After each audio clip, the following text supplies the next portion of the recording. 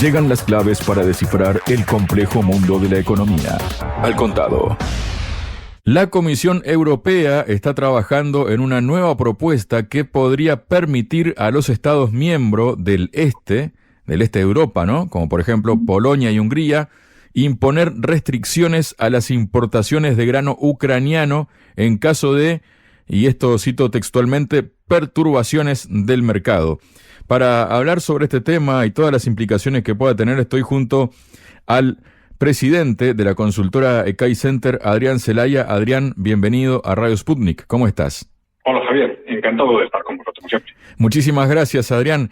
Si te parece, Adrián, empezamos por lo último y luego ya vamos al contexto de la situación, ¿no? Según unas declaraciones que ha hecho el vicepresidente ejecutivo de la Comisión y responsable de Comercio, Vladis Dombrovskis, dijo: tenemos que tener en cuenta las sensibilidades de los sectores agrícolas, especialmente en los países vecinos, que son los más afectados, así que estamos estudiando la mejor manera de hacerlo, incluida la posibilidad de contar con salvaguardias, no solo en caso de perturbaciones del mercado de la Unión Europea en su conjunto, sino también en caso de perturbaciones en un solo Estado miembro o en unos pocos. Dijo: sabemos que el impacto regional de las exportaciones agroalimentarias ucranianas es muy desigual en la Unión Europea, afectando sobre todo a los países vecinos, y estamos estudiando también cómo salvaguardar los productos más sensibles, explicó. Estas declaraciones del vicepresidente, que se hacen eco de una entrevista que concedió anteriormente al Financial Times, suponen un giro de 180 grados de Bruselas, que pasó la mayor parte de 2023 denunciando enérgicamente las prohibiciones unilaterales que Polonia y Hungría habían impuesto al grano ucraniano como parte de las amplias medidas adoptadas tras el inicio de la operación especial militar de Rusia en Ucrania. El bloque había decidido levantar los aranceles sobre las importaciones ucranianas, incluidos los productos agrícolas, en un intento de ayudar a Ucrania, ¿no?, a sostener su economía. Bueno, ahí dice, ¿no, Adrián? Esto supone un giro de 180 grados de Bruselas y no de 360, como habría dicho alguno por ahí sobre alguna otra cuestión, ¿no? Pero claro, lo dice muy vagamente, tampoco dice cómo se va a implementar, no dice nada, ¿no? Pero el solo hecho de que se mencione esto, ¿qué significa, Adrián? ¿Se acabó el amor? Bueno, vamos a ver, no necesariamente. Claro, pueden haber distintos factores. Evidentemente, la situación que se ha generado a raíz del conjunto de las ayudas o de las políticas seguidas desde la Unión Europea con respecto a Ucrania, pues el contexto que se ha generado desde un punto de vista económico, estrictamente, es gravísimo y cada vez más grave, ¿no? Pero en este caso, y este cambio justo en este momento, el cambio evidentemente no se ha producido, como habéis dicho vosotros, es una manifestación de posicionamiento político más que nada, ¿no? Pero este cambio puede obedecer, por un lado, a unas mejores relaciones con Bruselas del nuevo gobierno de Polonia. Pero no hay que olvidar que el anterior gobierno estaba ya por distintas razones enfrentado estructuralmente a Bruselas, y esto, pues digamos, no facilitaba las relaciones en ninguno de los temas en fricción. Y hasta, bueno, casi desde Bruselas hasta casi había una cierta aceptación del surgimiento de nuevos problemas para Polonia, para un gobierno que en principio se consideraba hostil, digamos. Entonces, claro, el contraste ha sido muy radical con un nuevo gobierno que está dirigido por una persona que ha sido responsable del Consejo de la Unión Europea, es decir, que más calado en la Unión Europea no puede estar. Es muy fácil que esto haya permitido un giro en las relaciones en concreto entre Polonia y Bruselas y haya facilitado este cambio radical de posicionamiento. Pero evidentemente también hay que tener en cuenta que además de Polonia hay otros países afectados en el entorno de Ucrania, y en principio, claro, la Unión Europea, aun manteniendo esa férrea defensa del gobierno ucraniano, tiene que tener mucho cuidado con las relaciones con países que pueden estar dentro de muy poco tiempo con un pie dentro y otro fuera. Estoy hablando pues, de Hungría, por ejemplo, o de Eslovaquia, y con respecto a los cuales pues tiene que intentar limar las asperezas o evitar que se abran de alguna forma nuevos frentes si es posible, ¿no? Adrián, pero de todas formas, no hay disculpa la interrupción, Donald Tusk, el nuevo primer ministro de Polonia, ¿no? Que, como has dicho bien, ya ha estado en instancias europeas anteriormente. Él, apenas asumir, ha dicho que continuaría con el veto a Ucrania y que está de acuerdo en esa parte con el gobierno anterior. Sí, es que lo que ha cambiado no es tanto el posicionamiento del gobierno con respecto a estas importaciones que estaban haciendo y siguen haciendo un daño fortísimo al sector primario de los países del entorno, sino la relación entre este gobierno y Bruselas, que él le ha facilitado probablemente de alguna forma vender esa posición frente a un gobierno anterior que tenía muy malas relaciones con Bruselas y no conseguía, digamos, movilizar a las políticas europeas, aunque fuese a un punto intermedio, ¿no? No conseguía una visión más o menos comprensiva por parte de la Unión Europea con respecto a ellos, ¿no? Y bueno, vamos a ver cómo evoluciona, porque claro, todo esto depende mucho del contexto geopolítico, en concreto de cómo vaya evolucionando durante los próximos meses el conflicto en Ucrania. Pero, bueno, teniendo en cuenta cuál es ese contexto geopolítico en el que da la sensación de que Estados Unidos sí se está despegando claramente del conflicto en Ucrania, entre otras cosas porque tiene zonas de fricción en otras partes del mundo, y que da la sensación de que, sin embargo, la Unión Europea y fundamentalmente el Reino Unido, y ahora estamos viendo que probablemente también Francia, ¿no?, pues están asumiendo al contrario un mayor protagonismo para intentar cubrir ese hueco que ha dejado Estados Unidos. Y claro, ese mayor protagonismo pues tiene consecuencias desde el punto de vista de posicionamientos militares, pero también desde el conjunto del apoyo económico. Claro, el contraste entre lo que se está diciendo al respecto en Europa y lo que se está diciendo en Estados Unidos pues es evidente. Es decir, hay por un lado un claro apoyo a Ucrania, en el cual pues seguramente no van a tener más remedio que incluir compensaciones extras por este punto en concreto. Es decir, en la medida en que no quieren que el tema de las exportaciones de Ucrania genere mayores conflictos en las relaciones de Bruselas con los países del entorno de Ucrania, pues es de un menor, digamos, supone una menor salida de productos o una salida más difícil de los productos de Ucrania, pues al final esto va a tener que ser compensado por la propia Unión Europea por otras vías probablemente. Porque ya sabemos que Ucrania está en una situación en límite, no tiene capacidad de financiar su presupuesto, la economía está en fase terminal y cualquier problema añadido a esa economía, teniendo en cuenta que desde Europa hay una voluntad política clara de cómo sea mantenerla viva, pues esto va a suponer necesariamente que la Unión Europea al final va a tener que apostar más recursos. Claro, vamos a darle un poco de contexto a todo esto, Adrián, ¿no? Que ya más o menos tú lo has explicado, pero el asunto es que la llegada repentina de cereales libres de impuestos en aquel momento inundó los mercados de países vecinos como Polonia, Hungría, Eslovaquia, Rumanía y Bulgaria. Desató esto la furia de los agricultores locales que veían en las importaciones ucranianas de bajo coste una competencia desleal. Los gobiernos tomaron represalias imponiendo prohibiciones unilaterales y descoordinadas que la Comisión consideró ilegales, injustas y contrarias al principio de solidaridad. Pero claro, el principio de solidaridad, en principio, valga la redundancia, vale para los países que estén dentro de la Unión Europea, ¿no? Y no como Ucrania, que no está dentro de la Unión Europea, Adrián. Sí, efectivamente. Esto no tenía absolutamente nada que ver con las normas de lo que se llama el mercado interior. Era una consecuencia de las medidas extraordinarias adoptadas por la Unión Europea a partir del estallido del conflicto en Ucrania en marzo del 2022, destinadas a, fuese como fuese, a, por un lado, hacer daño a Rusia y, por otro lado, ayudar económicamente a Ucrania por todas las vías posibles, ¿no? Claro, esto llevó a una serie de medidas, ya digo, que no tienen nada que ver con la lógica económica interna, sino que son medidas adoptadas por razones estrictamente geopolíticas. Esa autorización para la libre entrada de productos de Ucrania, pero claro, cuando esas medidas adoptadas por razones geopolíticas perjudican, como sucedía en este caso, a agricultores concretos de países concretos, pues entra en una dinámica pues que, como hemos visto, pues estaba siendo explosiva en todos estos países, ¿no? Pero... Adrián, ahora que estamos hablando de cuestiones que tienen que ver con la agricultura, ¿no?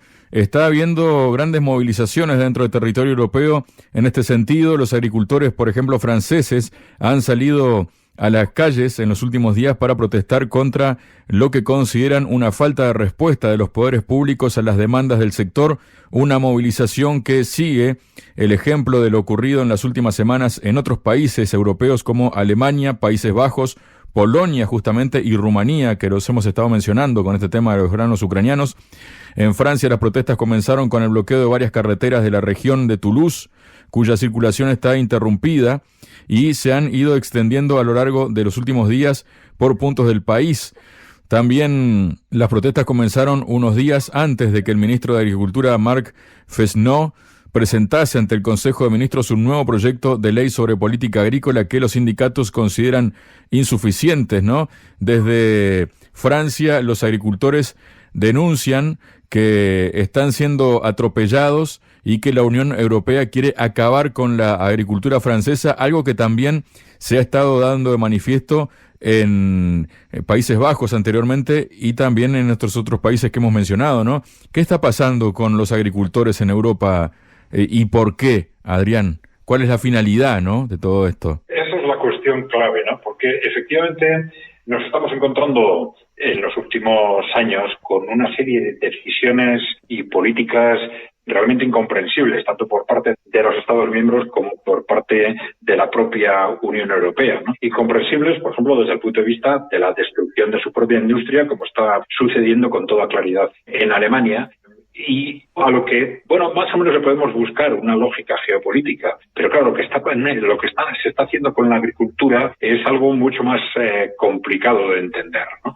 Porque efectivamente se están tomando medidas absurdas en casi todos los países de la Unión Europea. Esto está provocando unas reacciones cada vez más fuertes por parte de los agricultores, reacciones que están teniendo un peso político muy importante. Lo han tenido claramente en los Países Bajos a la hora de desestabilizar la situación política y facilitar el cambio de gobierno que se está produciendo ahora, y que probablemente lo están teniendo también en un país como Alemania, ¿no?, facilitando ese cambio clarísimo en las encuestas hacia los partidos, digamos, populistas no mayoritarios. Bien, en Francia también las protestas se están haciendo cada vez mayores, pero efectivamente la cuestión es, detrás de estas políticas extrañas, ¿qué podemos identificar? Es decir, son políticas en las que se establecen cargas específicas para los agricultores, en las que se establecen incluso prohibiciones de cultivo en determinadas áreas, en las que se utilizan argumentos de carácter ecológico relacionados con el clima, en las que hay responsables políticos que se atreven a hacer declaraciones de que vamos a suprimir las ayudas a los agricultores porque son malas para el clima. Entonces son declaraciones que, digamos, en una parte de la población que ha sido de alguna forma fanatizada con estos conceptos o estas interpretaciones casi espirituales del cambio climático, etcétera, pues pueden ser más o menos inteligibles, pero que enseguida dejan de ser entendidas por las personas o las empresas directamente afectadas. Es decir, la lógica de lo que se está haciendo y de las razones que se están exteriorizando para hacer esto que se está haciendo, castigando al conjunto de la agricultura europea, es realmente muy difícil de entender.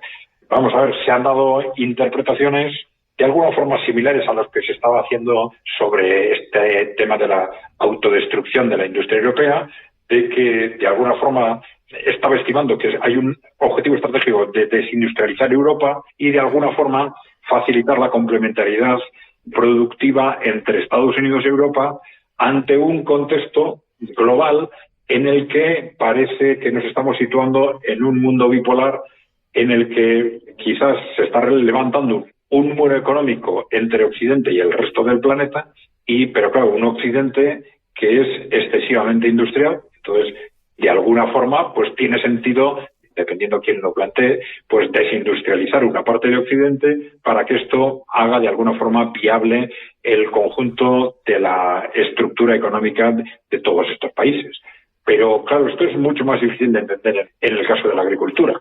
Hay otras interpretaciones que están haciendo referencia a estos planes también extraños de algunas grandes corporaciones de intentar sustituir lo que ha sido la agricultura o lo que es la agricultura tradicional por una agricultura empresarializada a través de productos como la carne sintética, etcétera, ¿no? Y que enseguida, en los próximos años, vendría el lanzamiento por parte de las grandes corporaciones de este tipo de productos de forma masiva y de forma industrializada, de tal forma que las grandes corporaciones que tenían una cierta presencia en el sector agroalimentario, pero muy limitada, esto quizás les permitiría hacerse con el conjunto o con una parte fundamental del sector agroalimentario, ¿no? Es decir, hay movimientos que apuntan en esta dirección, pero claro, estamos hablando de algo de una dimensión tal que darlo por cierto, pues la verdad es que cuesta, ¿eh? Vamos a esperar a ver en los próximos meses cómo avanzan estas políticas y los datos que estamos teniendo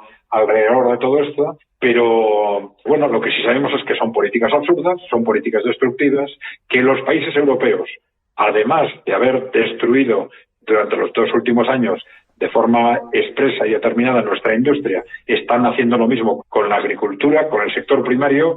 Ya digo, claro, las interpretaciones que estamos teniendo sobre la mesa, las que aparecen como más probables, son tan absurdas y disparatadas que la verdad es que a nosotros mismos nos cuesta creerlas. A propósito de esto último que estabas manifestando, Adrián, ¿no?, sobre cambiar métodos y cuestiones, el asunto es que en una rueda de prensa días pasados el presidente de Francia, Emmanuel Macron, había hecho referencia a la necesidad de un mejor acompañamiento a los agricultores para que mejoren sus prácticas ante la transición ecológica.